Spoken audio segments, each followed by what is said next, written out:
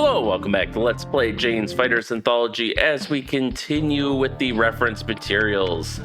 Today we have the AA-2D Atoll, AA-2 Atoll, title AA-2 Atoll or R3 or R13, type short-range IR and radar-guided air-to-air missile. Development, AA-2 Atoll is the NATO code and designation for a Russian missile believed to be K-13, R3 or R13. The missile started development in 1959 when the Experimental Design Bureau, OKB-134, at Tushino was assigned the task of copying the AIM-9B sidewinder design. Since then, there have been at least two further development phases and probably more. In the late 1960s, a variant of AA-2 designated 2C by NATO and sometimes known as the Advanced Atoll was developed with a semi-active radar homing head and given the Russian designation R3R. A second development took place in the late 1960s and early 1970s, providing an IR seeker with improved performance on the original Atoll, but still restricting the engagement to tail aspect only. This latter variant was designated 2D and was given the Russian designation R13M. Missiles carried by MiG-21 Fishbed, MiG-23 Flogger B, F, and G, MiG-27 Flogger D and J, Su-17 Fitter D, Su-20 Fitter C, and Su-21 Flagon aircraft. Description: the AA-2C Atoll looks similar to the AIM-9C Sidewinder, has a length of 3.5 meters, a body diameter of 127 millimeters, and a wingspan of 0.53 meters.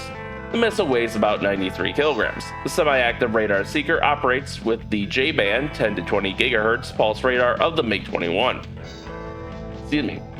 The Atoll 2D looks similar to an AIM-9G Sidewinder, has a length of 2.83 meters, a body diameter of 127 millimeters, and a wingspan of 0.53 meters. The missile weighs about 75 kilograms. The IR seeker has a tail aspect engagement capability only. Both the Atoll 2C and 2D versions have an 11 kilogram blast fragmentation warhead with an IR fuse, and both missiles have a solid propellant motor with a burn time of around 20 seconds.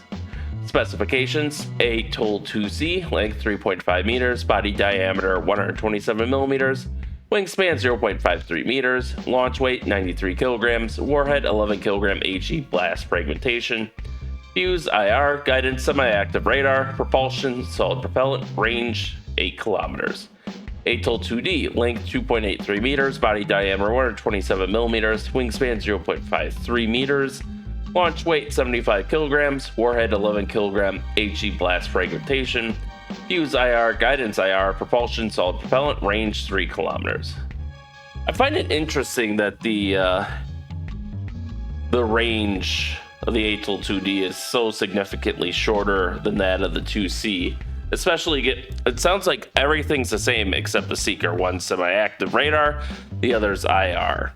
And it seems like the IR is lighter since that has a launch weight of 75 kilograms versus 93 kilograms for the radar version. Yet this has a third of the range, so I wonder if that's more like an effective range, or because it's semi-active radar guidance, it can be guided out further effectively, even though its max range would technically be more limited.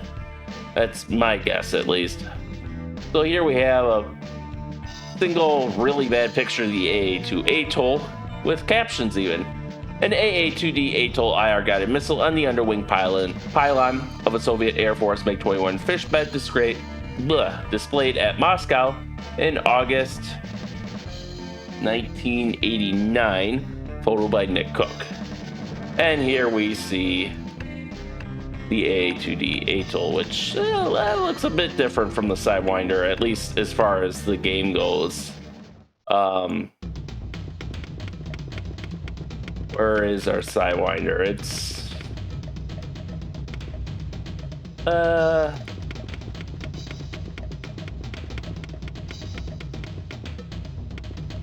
yeah, similar, not the same though. But yeah, fun fact, so the Atoll was actually basically completely reverse engineered from the Sidewinder, because one of the first engagements, the US secretly provided AIM-9B Sidewinders to Taiwanese or Republic of China forces, because back in the 50s and early 60s, if memory serves, They were kind of fighting each other, not like open war, but a lot of skirmishes. And so what ended up happening is like a lot of like Chinese fighters, they were flying the MiG-17 at the time, if memory serves, which had superior performance to the F-86 fighters that the Taiwanese air forces were equipped with. And normally the MiG-17s would just fly above them, fly over Taiwan, do their thing, come back.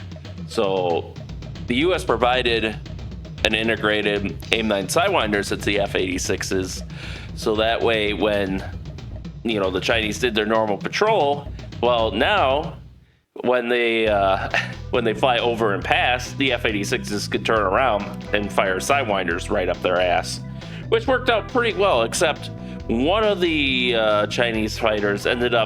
one of the missiles ended up hitting a Chinese fighter, failing to detonate, and the pilot managed to bring the aircraft back to base with the sidewinder still in it. So the Chinese gave it to the Russians reverse engineered it, and hence we have the AA-2D Atoll.